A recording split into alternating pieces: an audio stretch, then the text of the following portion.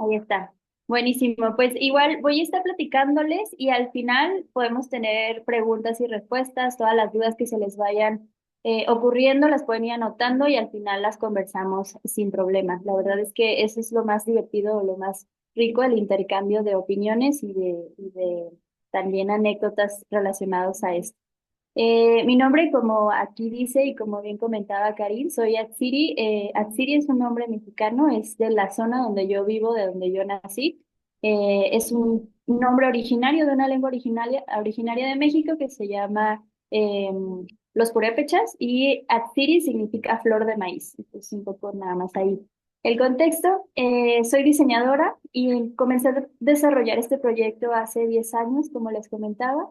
Se llama biosis y biosis surge de la palabra simbiosis, que seguramente han escuchado algunos de ustedes en biología, es pues esta relación entre diferentes especies, pues para un mejor desarrollo, ¿no? Estas especies podrían vivir separadas sin problema, pero si lo hacen juntas, pues es mucho mejor su desarrollo. Entonces, yo quise trasladar un poco eso, ese concepto al diseño y a mi área, que es el textil, la moda. Entonces vamos a platicar un poquito del cómo diferentes disciplinas y diferentes entornos logramos tejer esta simbiosis entre proyectos para lograr lo que estamos haciendo ahora, ¿no? Entonces se llama Cromática Natural y también, como les mencionaba Karim, pues es un libro que yo desarrollé el año pasado, hace unos meses, en julio del año pasado. Y en este libro, pues hablo de todas estos elementos tintorios que ahorita les voy a platicar un poco más, que pues lo que tienen es ayudarnos a transmitir el color o transferir el color desde la planta en mi caso, al textil y también a papel. Ahorita vamos a platicar un poco más de eso. Aquí hay algunas flores que no sé si reconozcan ustedes o que las hayan visto. Voy a poner mi puntero. Si las hayan visto en sus países, pero una muy característica de México es la flor de cempasúchil. Eh, Tal vez se le llame caléndula en otros lugares o flor de muerto, que es como la conocen también acá en México. Y esta flor para mí es muy especial, además de tener pues estas propiedades tintorias para transferir el color, pues está muy allegada a nuestra cultura y es parte de nuestra identidad como mexicanos. Entonces, estas plantas no solo son para mí tintorias, sino que son simbólicas de lo que somos y están en nuestros entornos ahí diciéndonos algo siempre, ¿no? Entonces, pues bueno, voy a avanzar. Estos colores que ven en las prendas estuvieron hechos, teñidos en un laboratorio muy casero que fue el mío en Guadalajara, una ciudad en el occidente de México. Eh, Son diseños de una persona, una diseñadora del norte del país que me envió sus diseños y yo como laboratorio que soy, Biosis es un laboratorio textil, pues recibí su ropa para teñirla con estos colores, con estos materiales tintorios que me dieron estos colores. Estas plantas que yo utilicé fueron recolectadas y fueron sembradas en mi jardín y recolectadas después de la festividad del Día de Muertos, como es la flor de cempasúchil. En el caso del color rosa, se obtiene de un tronco que en el sur seguramente también está este árbol, porque se llama palo de Brasil. En México se propaga en toda la parte del sur, viene obviamente de los países del sur, pero en México llega hasta la mitad del país y hay un árbol que es el palo de Brasil endémico de acá de México, que también es tintorio y se puede utilizar para dar estos tonos rosas. También otra de las ventajas y algo que me gusta mucho de los colores naturales es que se pueden combinar y crear otras tonalidades con dos elementos tintorios, o en su caso alterar el color a través de modificadores que son como elementos de cocina. Aquí les voy enseñando algunos. Esto, por ejemplo, este polvo es ácido cítrico que pues se puede encontrar en los limones o en las naranjas. O este otro se llama bicarbonato de sodio, que también es de uso comestible y que con estos dos modificadores podríamos alterar los colores, ¿no? Y tener tonalidades distintas con un mismo elemento tintorio. Algo que me gusta mucho que sucedió en 2023 fue que desde taller casero que yo tenía en mi laboratorio que yo tenía en mi hogar, pudimos generar pues estos diseños con la otra diseñadora y entonces presentar esta mini colección en una semana de la moda que para nosotras como diseñadoras de modas pues es una plataforma muy importante, ¿no? Una plataforma internacional en la que se proponen nuevos diseños y nos dio mucho gusto llevar pues los colores de la naturaleza a este tipo de plataformas, ¿no? Y eso sucedió en 2023. Eh, la planta del muicle, que aquí por aquí debo de tenerla, se puede utilizar fresca o se puede utilizar seca, como la tengo acá. Y nos da unas tonalidades azules. Con esa fue con la que obtuve estos tonos y también si se le dan diferentes baños a la prenda, pues puedes obtener otros tonos.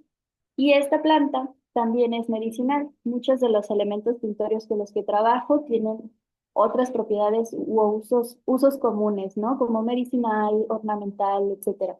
Y en este caso, la hoja de muicle se utiliza, se puso de hecho ahora que está, no sé si en el sur también, pero en México hubo una enfermedad, hay una enfermedad constante que es un mosquito que pica, se llama el dengue, y entonces en México hubo una especie de crisis con pues sí, con este mosquito, y entonces la hoja de muicle se empezó a recetar en medicina tradicional para tomarla en infusiones, y esas infusiones ayudan pues a los problemas sanguíneos. Entonces, es muy utilizada también en México como planta medicinal. Probablemente en el sur la conozcan o la utilicen con otro nombre también. Los tonos rosas también los podemos utilizar, los podemos obtener de la planta del muicle, pero esta que está aquí abajo es de hoja de muicle, pero modificado con el ácido cítrico que les comentaba. Entonces, una misma planta nos puede dar dos tonalidades muy distintas, ¿no? Desde unos azules hasta unos rosas. Y hay otras que también nos dan estos rosas. Este es el palo de Brasil que les comentaba, este que se ve por acá. Estos que son como troncos pequeños cortados, es como yo lo consigo en lugares de medicina tradicional. Lo comercializan así para que tú lo consumas en forma de infusión también. Y en Jalisco, que es esta zona del occidente de México, es donde fuimos a conocer este árbol digamos, como en su hábitat natural y pudimos obtener este tronco. Y es ahí donde conocimos este árbol endémico que nace acá, que también se llama palo de Brasil y también es tintorio. Entonces puede que existan diferentes especies de este palo. Hay otro que se llama palo de Campeche, es similar, pero el color que nos da es distinto. Nos da unos tonos morados muy lindos. El rosa también se puede obtener con el hueso de aguacate, que es un residuo de cocina. Malta le dicen por allá. Y en México, pues es un árbol abundante que lamentablemente se ha explotado demasiado esta especie y necesita mucha agua. Entonces hay zonas de lugares donde hay demasiada plantación de árboles de aguacate que se están quedando sin agua, ¿no? Entonces, acá lo que nosotros tratamos de impulsar es que si ya hay demasiado aguacate, entonces pues trates de recuperar el hueso para que por lo menos se pueda aprovechar, porque de pronto sí resulta ser un problema la excesiva plantación del hueso pues de la planta de aguacate. El amarillo es el color más común que podemos encontrar en la naturaleza para transferir color a fibras textiles. Es importante resaltar que trabajamos únicamente con fibras naturales, ¿no? Principalmente algodones, viscosas, linos, fibras naturales que puedan pues, absorber los colores naturales. No se puede trabajar con fibras sintéticas, por ejemplo. Eh, y bueno, el uso de las fibras naturales tiene sus beneficios, es por eso que también nos gusta incentivar el uso de este tipo de fibras de origen natural para disminuir un poco la excesiva sobreproducción de fibras sintéticas, ¿no? Volviendo al color de los amarillos, hay aquí tres flores como ejemplo, pero hay otras especies más que nos dan también estos colores amarillos. Les comentaba que la flor de cempasúchil en México pues es muy conocida, es muy usada, es parte de nuestra identidad y posterior al Día de Muertos, que es la festividad donde más se utiliza, hay demasiado desperdicio de esta flor. Entonces, nuestro laboratorio también lo que hace es impulsarte o acercarte a estos procesos para que entonces tú recuperes esta flor después de la festividad, ya que tuvo un uso ornamental, pues pueda pasar a tener un uso tintorio, ¿no? Como para teñir textiles, que también se puede aplicar a papel. En el caso del pericón, que es esta flor de abajo, tiene un uso también religioso. Se utiliza en varias partes de México como protección, para proteger los hogares. Tiene algo que ver con una festividad en cierto mes del año, que es septiembre, y entonces durante ese mes la flor nace o la flor se cosecha y entonces se comercializa y las personas generan una especie de cruz y la ponen en sus hogares, afuera de su hogar, para protegerse del mal. Es parte de una religión, de la religión católica y es muy usada en ese mes. Y lo mismo, posterior al uso, en lugar de irse a la basura y no aprovecharse de ninguna manera, pues incentivamos su recuperación para utilizarla en teñido natural.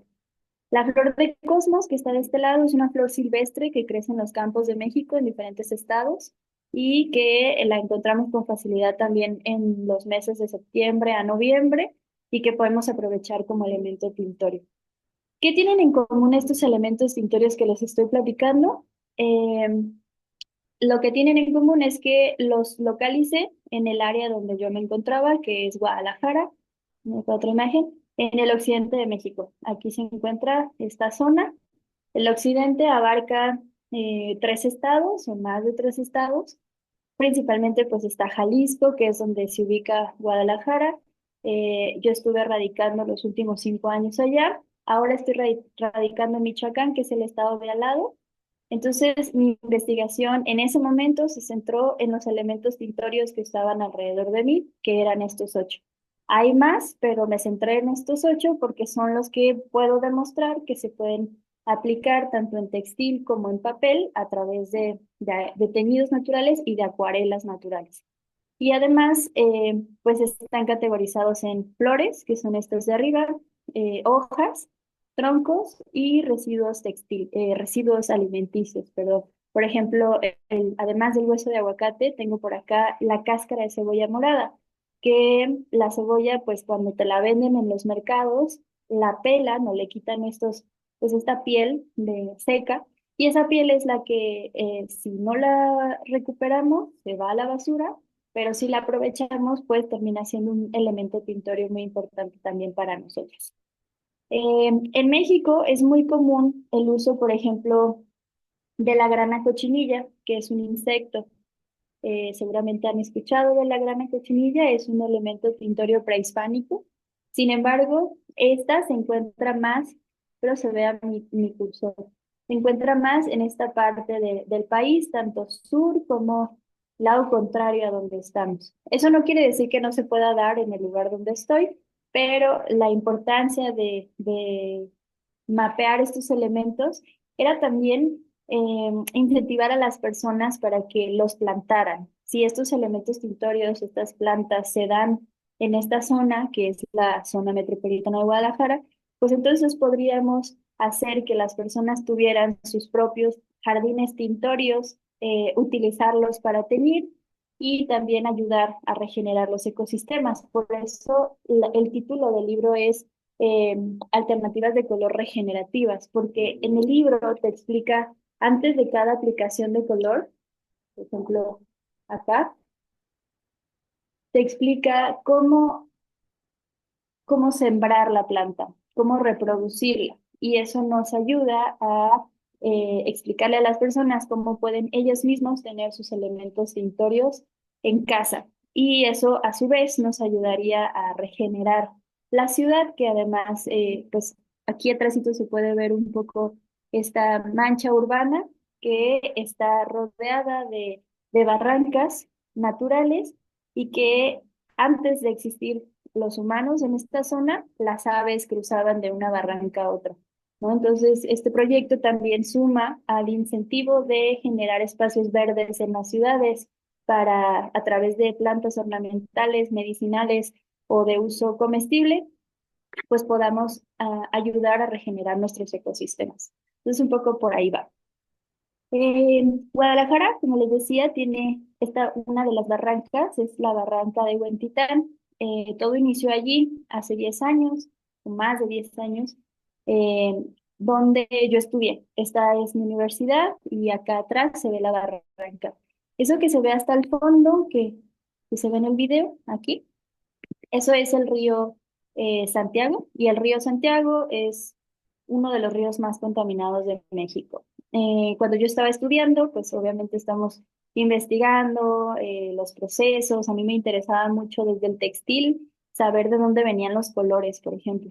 Entonces, cuando investigas y te das cuenta de dónde vienen, pues te empiezas a preguntar eso, ¿no? ¿De dónde viene mi ropa? ¿Qué hay detrás de mi ropa? Hay un movimiento internacional que se llama Fashion Revolution, que justo en este mes está haciendo sus actividades mundiales. Hay una representación en México, pero también hay en otros países, y ellos lo que te ayudan o te incentivan es que te preguntes qué hay detrás de tu ropa, ¿no? No, muchas veces compramos o consumimos ropa y no sabemos pues con qué proceso se hizo, quién la hizo, de dónde viene. Entonces, este movimiento lo que busca es que te lo preguntes. Y durante el mes de abril hacen campañas para incentivar esos cuestionamientos. Entonces, bueno, cuando empiezo a investigar me doy cuenta de no solo la cuestión laboral y la cuestión de violación de derechos que hay detrás de la ropa que se comercializa a lo largo del mundo, sino en mi caso específico que me interesaban uy,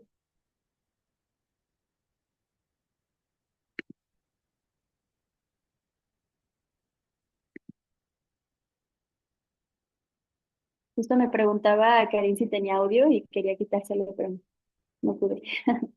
Ok, lo voy a poner rápido.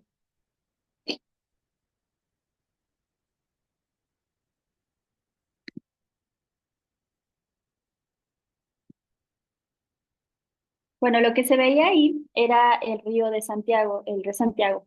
Y del lado izquierdo, el río Santiago, como les decía, se encuentra en Jalisco, en México.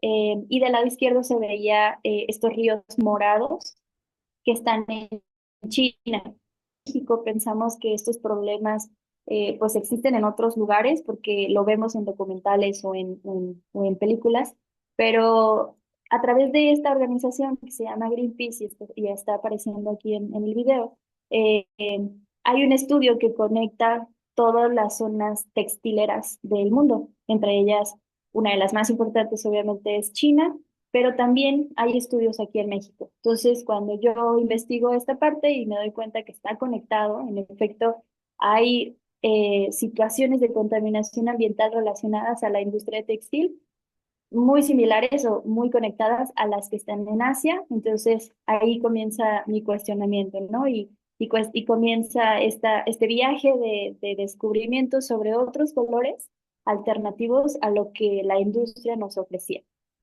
Y es ahí donde yo llego pues a estos colores naturales. Como les decía, la grana cochinilla fue mi primer acercamiento porque en temas de color natural es una de las más importantes o más representativas. Este insecto que además también se da seguramente en el sur, yo lo conocí en Perú también, nos da estos colores rojos impresionantes en fibras de lana, que son las fibras animales, y lo comencé a incursionar, ¿no? En la universidad a través de una profesora, pero me interesaba saber justo qué había detrás de este insecto.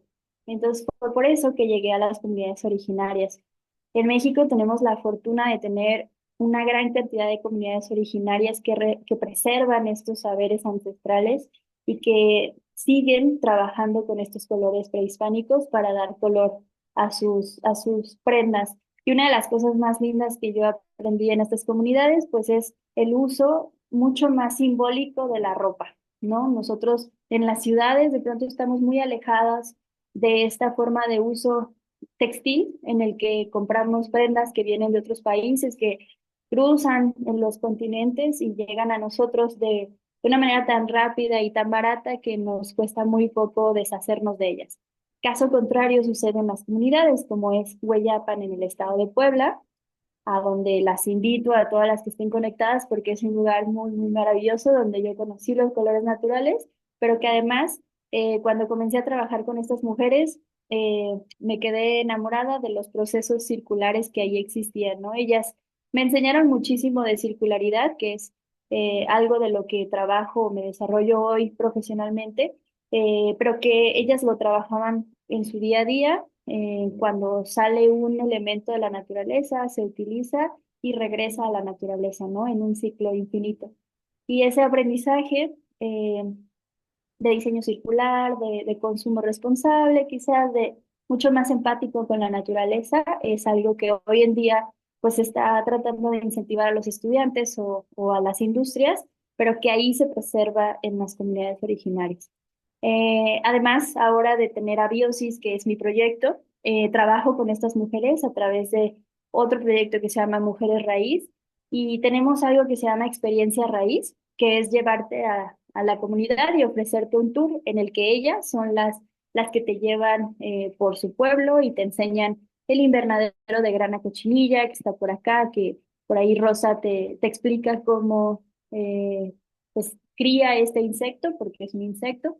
Entonces pone los nopales, lo infesta y lo empieza a reproducir. Luego baja la grana cochinilla y se convierte pues en piedra, ¿no? La pones, como es un parásito, cuando la bajas del nopal pues deja de alimentarse y se muere. Entonces este insecto es el que ella comercializa, pero también utiliza para sus prendas. Y de este lado se veía el teñido con flores, que es el de la flor de cempasúchil también, y que en México existen diferentes especies de la flor de cempasúchil, pero que todas nos dan estos colores amarillos.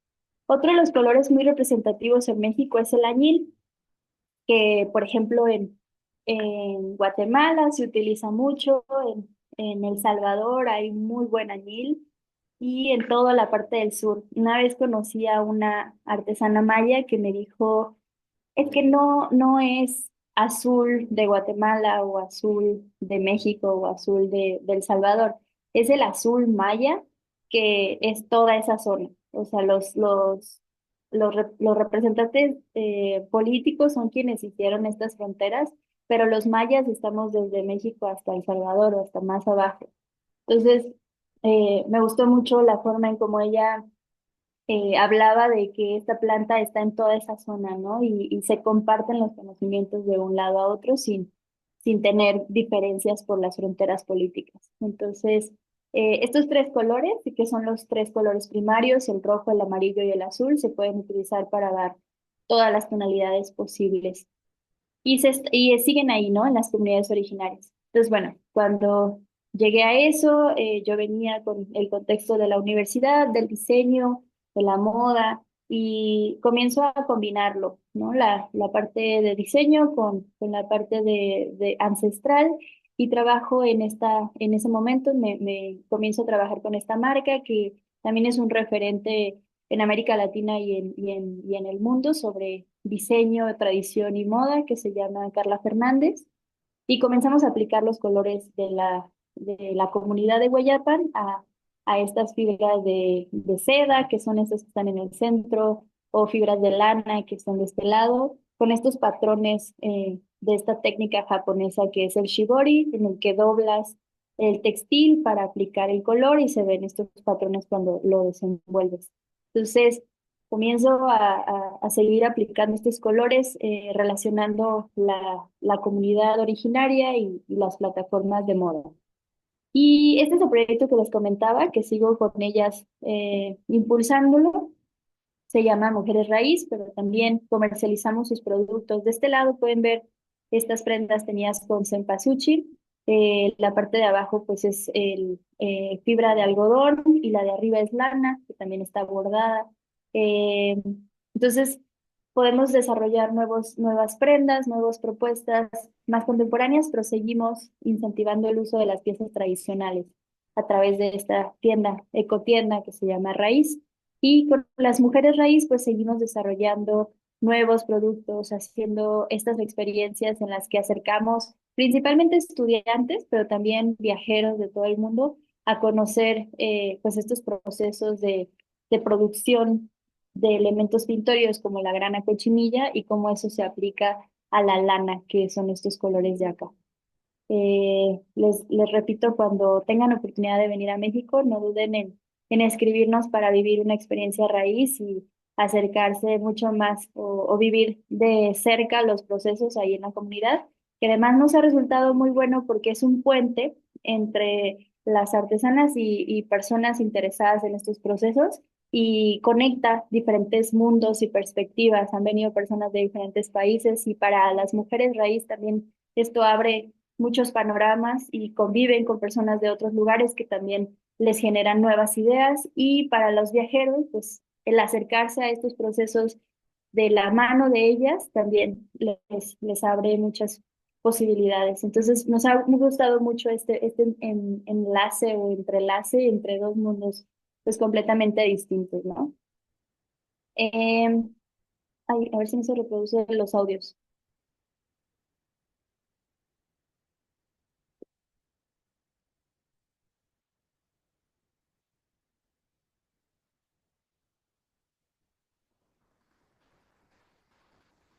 Bueno, aproveché para tomar agua. Esta es una fase que después de, como ven, vamos recorriendo el camino, ¿no? Que nos llevó a desarrollar este libro.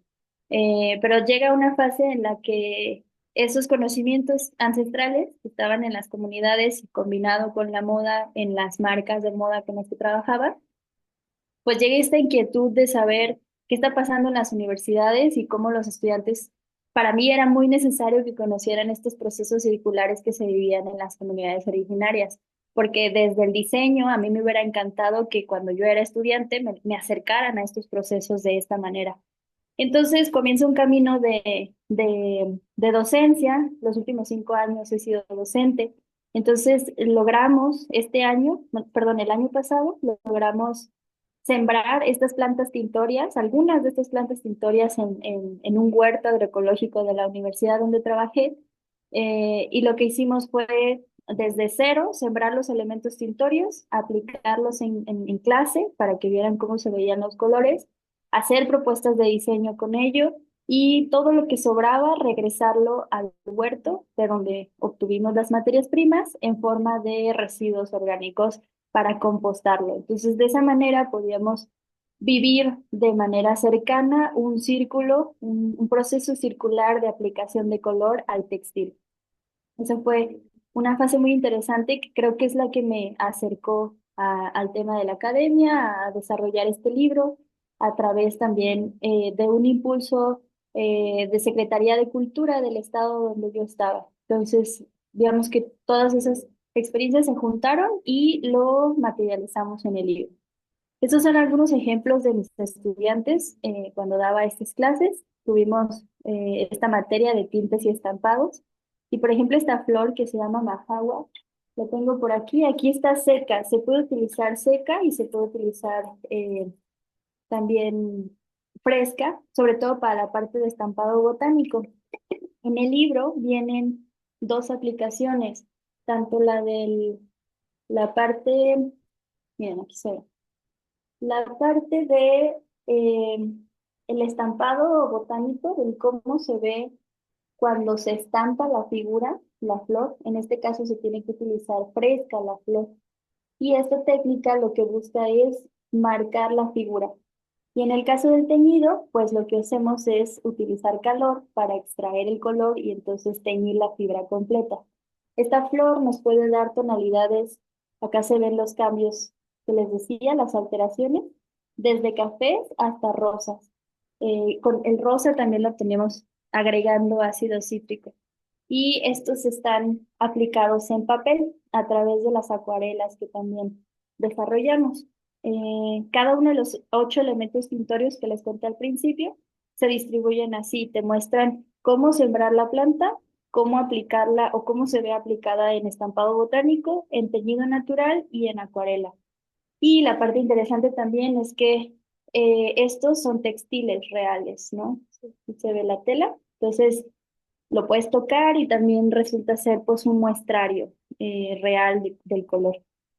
Y Estas son algunas de las flores que sembramos. Creo que es una experiencia muy interesante para los estudiantes ver cómo desde una semilla puedes obtener estos elementos tintorios que tienen su uso, en este caso la flor de cempasúchil ornamental, y después aplicarlo a textil como un elemento tintorio. Y también nos demuestra cómo una tierra bien trabajada y regenerada, como lo es este huerto, pues puede dar plantas mucho más fuertes y mucho más sanas a través del sistema de compostaje y de aprovechamiento de residuos orgánicos. Entonces, creo que fue un buen ejercicio circular para cerrar el ciclo de una aplicación de color natural. Entonces, a partir de eso, digamos que Biosis después del camino que les he venido contando, se establece como Biosis, diseño circular, y en esta página es donde tenemos tanto el libro como algunos cursos que ofrecemos y otros productos que tenemos, y comienzo a generar ya como una agencia de consultoría, asesoramiento a marcas. Por ejemplo, esta marca, esta Acneda, es una marca también de diseño circular mexicana en la que hicimos esta colaboración para aplicar la cáscara de cebolla morada en esta fibra que además es recuperada, es una fibra reciclada de algodón, y a marcas independientes o a estudiantes que, por ejemplo, presentaron sus colecciones para graduarse de la universidad. Y aquí se ve el cambio de color, que es interesante cuando tú aplicas un color natural de este amarillo ocre a este verde, ¿no? La cáscara de cebolla morada pues tiene esa particularidad que no nos va a dar el mismo tono siempre. Creo que aquí nos dio más el verde en este ejemplo del textil, pero la ventaja, bueno, a mí me gusta mucho esa parte de los elementos pictorios, que depende del lugar de donde se obtenga. Por ejemplo, si la planta se sembró en el estado en el que yo estoy, que es Michoacán, o si se sembró en otro estado, o si la tierra tuvo otros nutrientes. Entonces, todo eso le puede dar modificaciones de pH a la planta, y eso finalmente nos va a dar una modificación de color. Entonces, es muy interesante cómo el mismo elemento tintorio, dependiendo del lugar en el que estés, te puede dar estas variaciones. Y en cuestiones de diseño eso es muy bueno porque evita cuestiones de plagio. Por ejemplo, que puedes crear una pieza en un lugar y es completamente única. Esa pieza, por más que tengas una receta y por más que lo hagas específicamente igual, puedes obtener variaciones en los resultados. Y a mí eso es lo que me parece interesante de los colores naturales. También comenzamos a ofrecer servicios de teñido. Digo, ustedes están hasta el sur, pero aquí en México, bueno, personas que estén en México, mm, tenemos este servicio de teñir tela o teñir prendas ya hechas. Lo hemos trabajado con algunas marcas. Bueno, esta de Mujeres Raíces, la marca que tenemos con las artesanas, pero pues también ofrecemos ese servicio desde el laboratorio. Y los 8 elementos pintorios que vienen en el libro tienen este esquema que también nosotros desarrollamos, y es simplemente el recorrido de un elemento tintorio regenerativo en el que es una flor, una hoja, una corteza. Aplicamos un color, perdón, un fijador que es un elemento natural, es una piedra que se llama piedra alumbre. Es probable que en el sur también la utilicen como fijador. No estoy segura si se llama igual. La piedra alumbre es un mineral natural, entonces hay diferentes tipos de fijadores. Nosotros utilizamos ese y es el que viene como receta, digamos, en el libro. Eh, una vez que aplicamos ese fijador, extraemos el color utilizando calor, obviamente, y agua. eh, Sacamos el color y luego lo colamos, porque en la flor de cempasúchil, por ejemplo, utilizamos los pétalos. Entonces, si tienes esto con agua, se le pega muchísimo a las fibras. Entonces, lo que hacemos es colar esos elementos sólidos para después aplicar el color y obtener pues estos amarillos, ¿no? Entonces, eh, ahí hacemos la aplicación. Como les decía, tiene que ser en fibras naturales, tanto de celulosa como proteicas, es decir, las vegetales y las animales, desde la seda, la lana, el lino, la alpaca, que tienen una fibra maravillosa en el sur que es la alpaca. Ese color lo hemos aplicado, lo vemos aplicado en México en un estado que se llama Oaxaca, lo utilizan mucho, ahí importan la alpaca y hacen esta aplicación de colores naturales muy, muy linda. Es una fibra que acepta muy bien el color. Y después, pues esta parte de los residuos, ¿no? Tanto sólidos como líquidos. El, el sólido es el que se utiliza en la composta, son todos estos residuos, pues, de las plantas, todo lo que sobra. Y los líquidos es cuando terminas de teñir, pues te queda un residuo, una merma de líquido natural que puedes utilizar ahí mismo como acuarela, fácil, pero también para un proceso de acuarela ya más profesional se utilizan otros vehículos para fijar mucho mejor el color y poderlo aplicar en papel. Pero si quisieras una acuarela rápida, podrías utilizar el residuo del teñido. Por ejemplo, para cursos con niños utilizamos ese líquido para que ellos puedan pintar también. Eh, y también este residuo líquido, en una de las comunidades me dijeron que pues al final sobra y yo pregunté, ¿qué se hace con esto, no? ¿Dónde se tira? Como era un residuo, y la artesana me dijo como, pues claro que no es basura, por supuesto que se utiliza, lo tienes que echar a las plantas para regarlas y que sigan creciendo. Entonces, como les decía, ellos lo tienen bastante claro, esta circularidad, este aprovechamiento de los residuos, que todo se utiliza en la naturaleza, no hay residuos, todo es aprovechable. Y después, pues con esta composta vuelves a sembrar, ¿no? Nuevas plantas tintorias y de esa manera sigue el círculo de esta metodología que nosotros utilizamos. Ay, porque me brinqué muchísimo.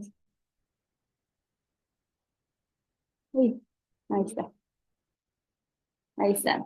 Estos son algunos de los elementos que siempre tratamos de resaltar en los cursos que damos o en las charlas o en las clases o asesorías.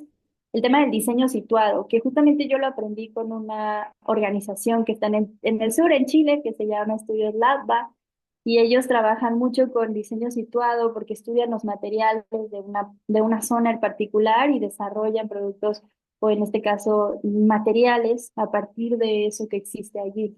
Creo que eso es muy, muy importante y muy rescatable porque se puede aplicar en todas partes donde nosotros estemos y es algo que incentivamos mucho en el libro. La metodología de Biosis habla de observar lo que tienes alrededor antes de traer un material de otro lado, antes de mandar comprar semillas de índigo de Asia o de otro lugar, estudiar a las plantas que tienes alrededor, ¿no? Por ejemplo, la planta del muicle que está aquí, que crece aquí al lado, o aprovechar la flor de cempasúchil que también está aquí.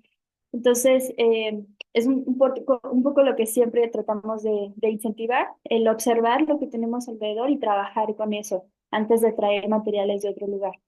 Eso también se habla de los materiales locales, de la regeneración del espacio donde estemos. Creo que todas las zonas en las que nos encontremos hoy en día requieren este incentivo de regeneración porque cada vez hay más planchas urbanas y menos espacios verdes. Entonces, tratar de que todo lo que hagamos a través del diseño, del textil, de la moda, del arte, pues abone también a nuestro entorno en el que estamos y cómo podemos aprovechar lo que tenemos, pero también regresarle a la tierra en la que habitamos.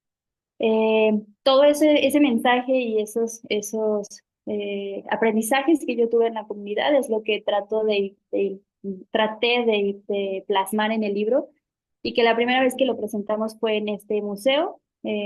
Hicimos estas pues aplicaciones de color que están en las paredes. Del lado izquierdo se ve la aplicación del estampado botánico, que son esta forma. La diferencia es que en el estampado se ve la forma y en el teñido se ve el color, ¿no? Esa es como la diferencia. Y pues lo acompañamos de las plantas reales, ¿no? Aquí está el muicle, por ejemplo, la flor de majagua, este es el arbolito, eh, las flores que cosechamos en el huerto, estos pequeños arbolitos que iban creciendo acá, que era el elemento, el palo de Brasil endémico de México, que fuimos a conocerlo, a su hábitat natural y nos trajimos una semilla para sembrarlo, ¿no? Está por acá. Y a través de la semilla con un equipo de biólogos que tienen un proyecto muy lindo aquí en el occidente que se llama Plantas de Aquí. Nos ayudaron a cultivarlo y empezar a germinar la semilla y ver crecer el árbol, ¿no? Por ahí lo tengo también en mi jardín tintorio. Esto fue el año pasado, en julio del año pasado. Después, en septiembre, comenzamos a presentar el libro porque de julio a septiembre hubo la fase de preventa y en septiembre comenzamos a distribuir el libro en México y hacer estas presentaciones en las que hablábamos de estas problemáticas y de la aplicación y de todo lo que les he venido contando en un espacio donde pudieras tocar y ver los elementos tintorios, como se ve acá, y ver sus aplicaciones en textil, en arte. También pusimos una sección de investigación, de libros, de cómo puedes investigar más sobre esto, las plantas tintorias que están por acá. Esto fue en la universidad donde trabajaba los últimos 5 años. Y también empezamos a desarrollar estas experiencias que le llamamos simbióticas porque además de ver colores, de olerlos, de tocarlos, comenzamos a integrarlo con alimentos. Entonces, hacíamos que la gente también comiera alimentos que tuvieran plantas o que a lo mejor fueran alimentos locales y viviéramos como todo este proceso de materiales situados, ¿no? De ingredientes situados también, regenerativos. Y esta parte de las acuarelas, aquí se ve un estuche y las pastillas de la acuarela y cómo se ven aplicadas. Creo que de este lado tengo otra imagen donde se ve más grande. Y del lado derecho también está esta tarjeta, vale la pena resaltarla porque trabajamos con proyectos locales, proyectos del occidente. Entonces, le mandamos nuestras semillas de cempasúchil recuperadas a este proyecto de papel reciclado o papel plantable que se llama Rishi Papel. Ella recibió nuestras semillas y creó estas tarjetas. Entonces, nuestras tarjetas de presentación eran plantables porque llevaban pues estas semillas de cempasúchil también. Aquí se ven más grandes las acuarelas. Los chicos que desarrollan estas acuarelas se llama Tortolita Inventiva, su proyecto, y ellos se dedican al arte, entonces comenzaron a crear sus propios pastillas de material, de ingredientes naturales, ¿no? Desde plantas hasta minerales. Entonces, incluso también desarrollan el estuche donde van a colocar las pastillas de acuarela. Y la idea de biosis también es como otra vez regresamos al tema de simbiosis, de colaborar con estos proyectos que ya tienen una misión y que de alguna manera conectamos con esta misión y podemos entretejer pues lo que hacemos para generar este tipo de experiencias, de proyectos que demuestren que se puede trabajar con estos conceptos del diseño situado y la regeneración de los ecosistemas en un mismo lugar. Eh, entonces nosotros les dimos nuestras plantas al equipo de Tortolita y ellos desarrollaron las pastillas para las acuarelas. Esas pastillas pues son las que se ven aplicadas en todos los elementos pintorios que aparecen en el libro, como sea acá. Déjenme les muestro el muicle, porque es uno de los más interesantes en acuarela. Uy, aquí se ve. El muicle tiene variaciones de color de azules a ocres y a rosas. Y eso lo hacemos con los elementos que les contaba, que es el ácido cítrico, el bicarbonato de sodio. Y en esta parte de las acuarelas te muestra qué utilizas para modificar ese color, qué modificador te da ese tono. Con Rishi Papel, la chica del papel plantable, también a inicios de año distribuimos estas agendas, bioagendas le llamamos, que sacamos en preventa el año pasado y que también hablan de los elementos tintorios cada mes, ¿no? Cada mes te explica qué puedes hacer con la planta que esté en ese mes, cómo la puedes aprovechar o qué es lo importante de ese mes para una planta tintoria. Y en la primera hoja tiene esta plantilla de tarjetas plantables en las que te explica pues cómo sembrar la tarjeta para que crezca de ahí la planta. Entonces, esta es la forma en cómo se aplica. Como les decía, aquí se ve mejor. Esta es la flor de pericón. Hicimos con esta ilustradora también mexicana, se llama Vico Valle, quien es la que hizo las ilustraciones a mano y después la aplicamos en el libro. Viene la ilustración de la planta, su nombre científico también, cómo se ve aplicada en estampado botánico, cómo se ve en acuarela con sus diferentes modificadores y cómo se ve en textil a través de la muestra textil física, ¿no? Que son todos estos cuadritos que se le aplican al libro. Todos los libros vienen con las muestras físicas. Y por ejemplo, aquí en esta imagen se pueden ver las dos versiones, el estampado botánico y el teñido natural. Después de tantos años de procesos y de aprendizajes, decidí por fin crear una marca de moda, que es mi carrera principal, y creé esta marca que se llama Sicua, que también tiene pues ahí un nombre, un juego en el nombre entre mi nombre y el de mi pueblo, de donde, bueno, la ciudad donde nací y donde ahora me encuentro radicando acá en Michoacán. Eh, y bueno, ahí es donde aplico como mi filosofía de lo que para mí es diseño de moda. Y aquí se puede ver también el libro ya más claro, como todas las muestras, pues termina siendo no solo un libro que te habla del origen de estos materiales, de cómo sembrarlos y de las problemáticas que también existen alrededor de los colores sintéticos, sino que también es un muestrario, ¿no? Es un muestrario que te dice la planta tal o el hueso de aguacate te puede dar estos resultados con estos modificadores o con estos alteraciones de pH. Esos son los 8 elementos los que aparecen arriba, los que vienen en las hojas del libro.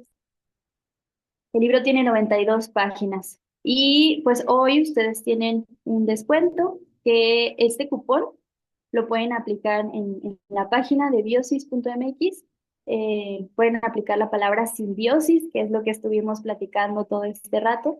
Y ahí pues les agrega o les descuenta este porcentaje, ¿no? Del 10%.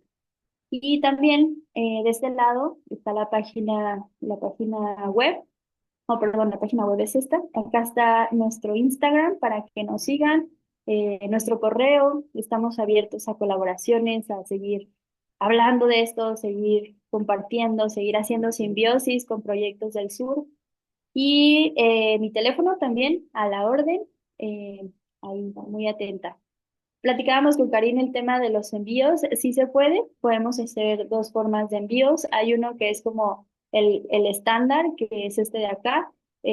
Lo cotizamos a diferentes países como Colombia, Argentina, Chile, España y podemos encontrar como este precio estándar de envío internacional, pero también se puede hacer el envío personalizado. ¿Y ese cómo funciona? Ustedes tendrían que colocar un código postal mexicano, que es, por ejemplo, 59,000, lo pueden poner así, y ese 59,000 les va a arrojar que están en México, ¿no?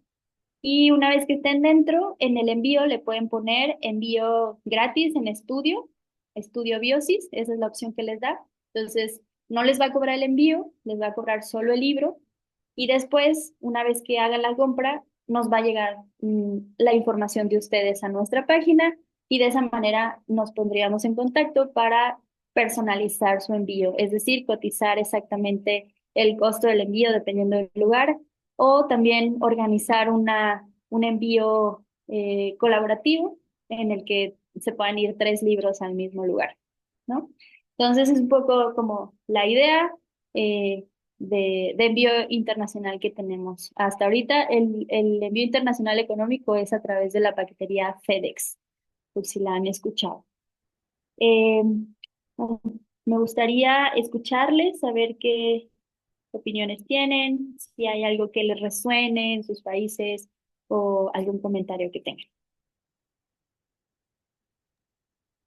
Gracias, Siri, por toda la información que nos entregaste y veamos si hay alguien que quiera hacer algún comentario o alguna pregunta.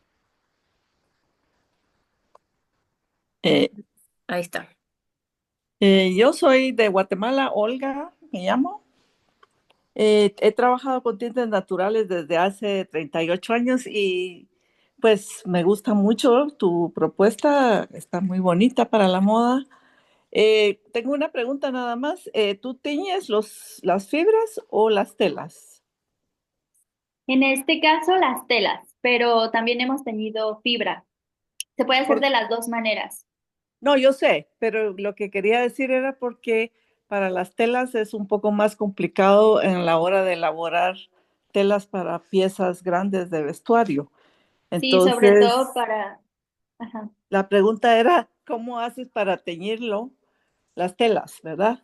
Sí, sí, sobre todo que eso que comentas es súper cierto en el tema de el patrón que quede parejo, ¿no? Me imagino que también a eso te refieres, a que quede, que no queden manchas o que quede parejo el color. Es muy complejo cuando la tela es grande. Nosotros, dependiendo del proyecto en el que trabajemos, por ejemplo, cuando hicimos estos sacos, que son para esta diseñadora, hicimos trozos de 2,5 metros. Creo que ese era el trozo más grande y en una olla, para ese tamaño de lienzo, trabajamos esos 2,5 metros. Entonces eso nos ayudó a que estuviese más controlado el tema del teñido y no hubiese tantas manchas o tantas, nosotros le llamamos uniformidades, que no está uniforme, que no haya tantas alteraciones de uniformidad. Entonces lo puedes controlar un poco más, pero hubo un proyecto en el que teñimos 100 metros de tela y ahí sí fueron de 2 metros para abajo, pero eso dependía también de las prendas que iban a hacer. Entonces había prendas que requerían una blusa, se podía hacer con 1 metro. Entonces, dependiendo del tiraje que ellos necesitaban, fueron cortando los trozos y los trozos más pequeños pues son más fáciles de teñir. Eh, Creo que también es un poco abrazar la no perfección con este tema de los tintes naturales, porque siempre va a ser complejo que el color quede muy, muy parejo y creo que estas pues modificaciones en ciertos espacios también le da personalización o le da estas particularidades a las prendas. Hay una marca que es la que se llama Fuego Azul, que está por acá. Ellos trabajan con comunidades originarias que bordan. Esta que está acá.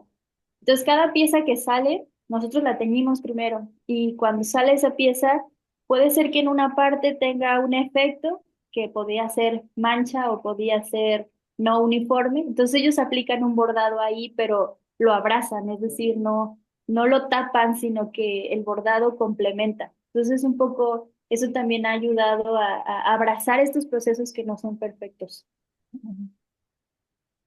Gracias. Hola, una pregunta, Claro. Viviana. Soy de Argentina. Yo hago ecoprint, hago poco tintes naturales porque me gusta la técnica de ecoprint y bueno, estoy preparando mi jardín tintoreo.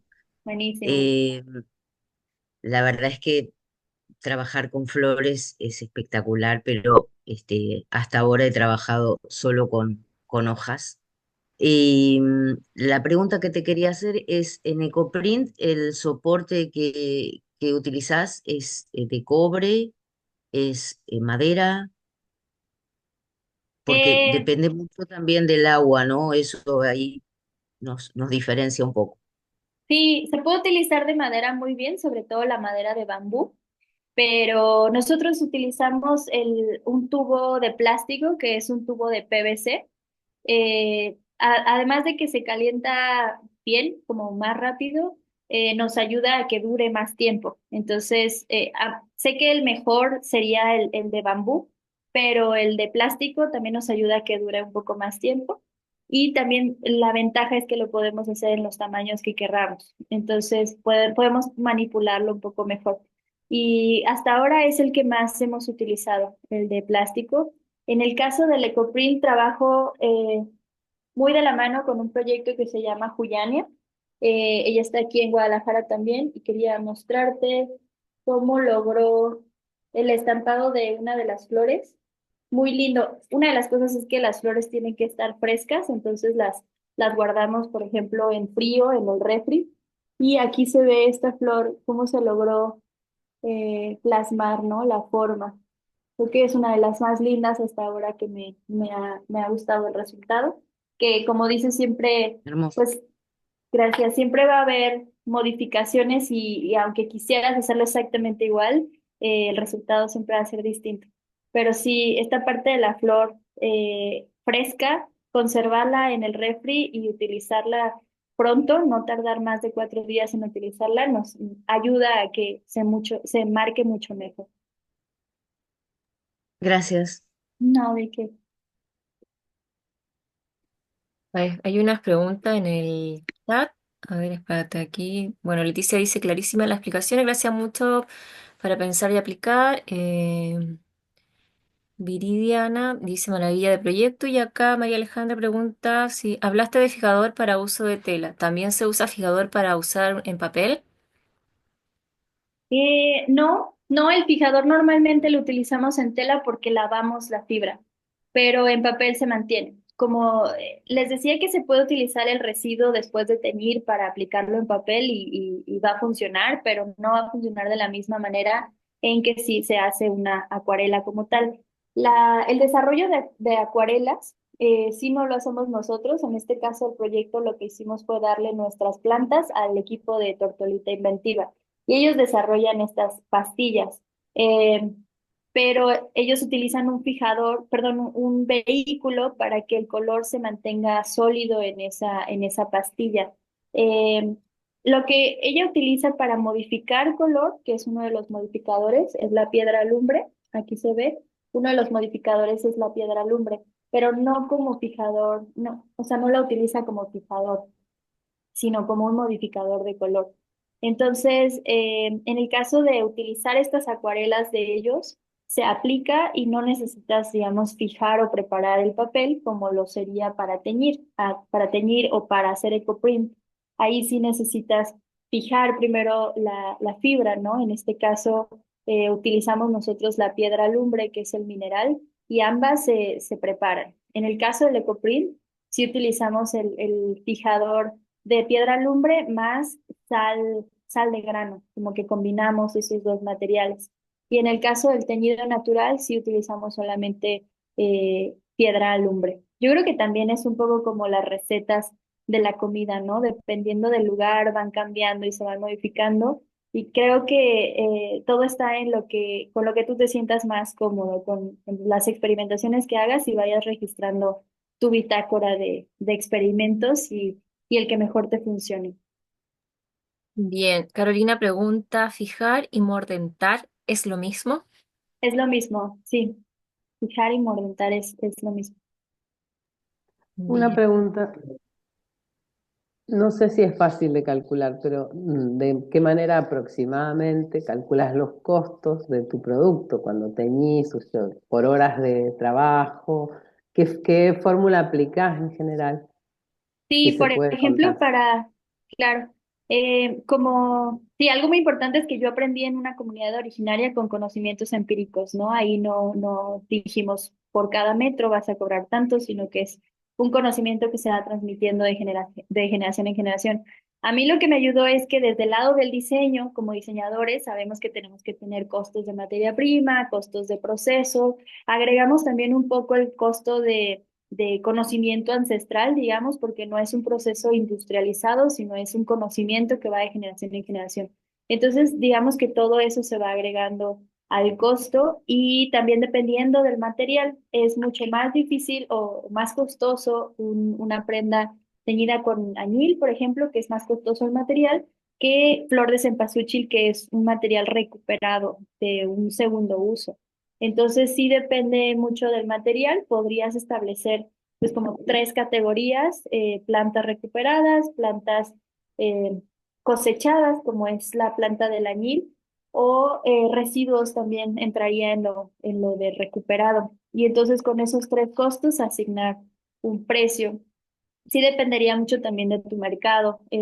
Acá en México, una prenda como estas podría estar, ya la prenda a venta, podría estar en unos 3,000 pesos, quizás, en unos 4,000, pero ahí se desglosa la prenda, la tela, el bordado. En este caso, nosotros seríamos un proveedor más, como el proveedor de teñido. Entonces, la marca tendría que establecer, pues, como sus costos de acuerdo a lo que le cuesta cada cosa, que hace que la prenda exista, ¿no? Entonces creo que sí lo puedes poner por horas, que puede funcionar por horas de trabajo, pero también vale mucho la pena diferenciarlo por la facilidad de acceso al material. Gracias, muchísimas gracias. Claro, sí, lo que tenés en tu región siempre, digamos, que es más fácil en cuanto a incluso a la huella de carbono y a todo lo que te lleva de tiempo, etcétera. Así que, bueno, pero gracias, porque está bueno tener algunos parámetros, ¿no? Yo en realidad soy artista visual y soy biomaterialista. Yo estoy cultivando celulosa bacteriana y estoy trabajando con unos residuos de la industria, haciendo recién experimentos y pruebas, unos residuos de la industria vitivinícola que se pueden mezclar con la celulosa bacteriana y que son de celulosa vegetal. Entonces, estoy investigando mucho con eso y haciendo papeles que están, que digamos que son como híbridos entre los dos, haciendo pruebas y otros biomateriales a partir de gelatinas o agares. Y entonces, bueno, también es difícil calcular los costos y me Ujú. interesa experimentar con estas cuestiones naturales de cómo podría también agregarle color a esas piezas que estoy creando. Así que bueno, gracias, porque la verdad que Sí, es... los biomateriales los he visto aplicados mucho con grana cochinilla, no sé si ya Sí, la con grana probaste. cochinillas. No la he probado, pero sí en muchos talleres que he tomado la mencionan y nosotros de hecho esas pencas grandes las tenemos aquí en el sur. Yo vivo en el sur de Argentina, en Mendoza y en el sur de Mendoza además, lugar muy seco, de clima Ujú. muy seco y frío en invierno y muy caluroso en verano, sí, una gran diferencia térmica. Y se dan muy bien esas pencas, así que en algún momento voy a investigar si se pueden llegar a cultivar aquí también.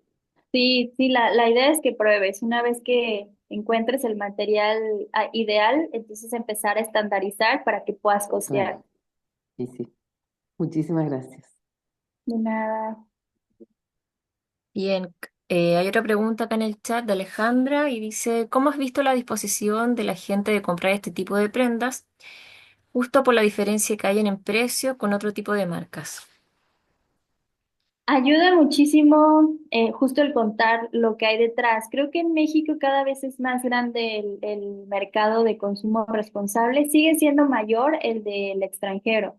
No sé cómo les vaya por allá, pero cuando recibimos extranjeros estadounidenses o europeos, nos funciona más la compra de este tipo de productos que de mercado mexicano. Sin embargo, sí creo que en México cada vez hay más personas que les interesa este tipo de productos que tienen una trazabilidad, es decir, que puedes saber de dónde viene y qué hay detrás de la prenda, cosa que a lo mejor una empresa de moda rápida o de un diseñador que no utiliza estos procesos, pues no te puede mostrar ni quién lo hizo ni qué utilizó para hacerlo, ¿no? Entonces creo que la transparencia y la transparencia en esa trazabilidad es lo que nos puede dar una ventaja competitiva ante otros productos. El que podamos demostrar que hay caras de personas haciendo estos productos y la ventaja de utilizar este tipo de materiales, porque cuando te das cuenta que te estás poniendo en la piel, en tu cuerpo, que es lo más sagrado que tienes, prendas que tienen pues algunos aditamentos tóxicos o que el poder te puede generar algo en la piel o te puedes enfermar más fácil, pues te trata también de qué tanto valoras como tu persona, ¿no? Entonces sí creo que cada vez hay más personas cuestionándose qué se están poniendo encima y qué pasa con estos materiales cuando están en contacto con tu piel y sobre todo cuando ya no los vas a usar, cómo podrían esos materiales regresar a la tierra. Entonces tienen pues esta cercanía con los entornos naturales muy distante a las prendas sintéticas que lamentablemente siguen siendo todavía muy comercializadas y producidas en todo el mundo, pero sí siento que este crecimiento de un consumo responsable nos puede beneficiar a lo largo o en unos años más.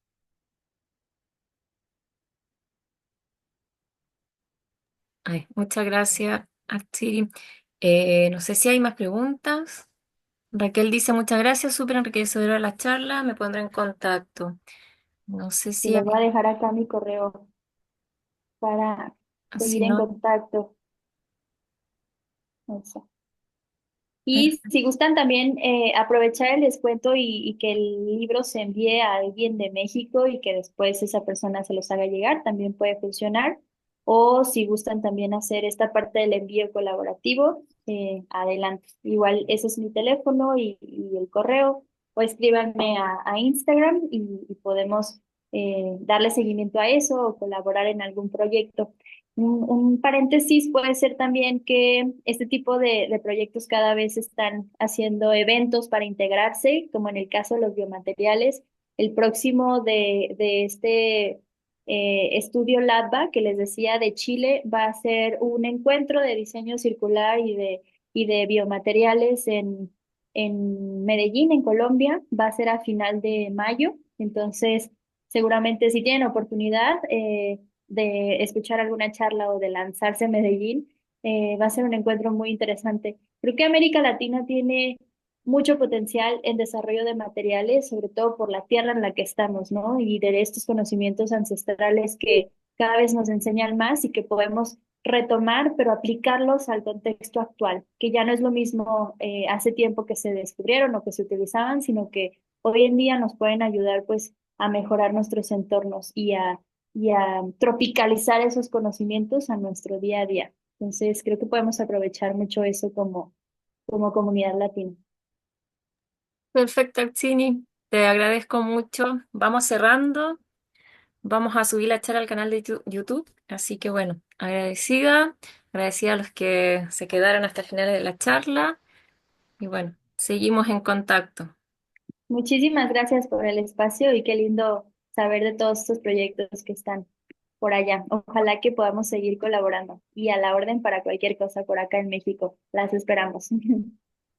Listo, muchas gracias, que estés muy bien. Muchas Buenas gracias. noches. Chao, Gracias. chao a Gracias, buenas todas. noches. Adiós. Chao. Buenas noches.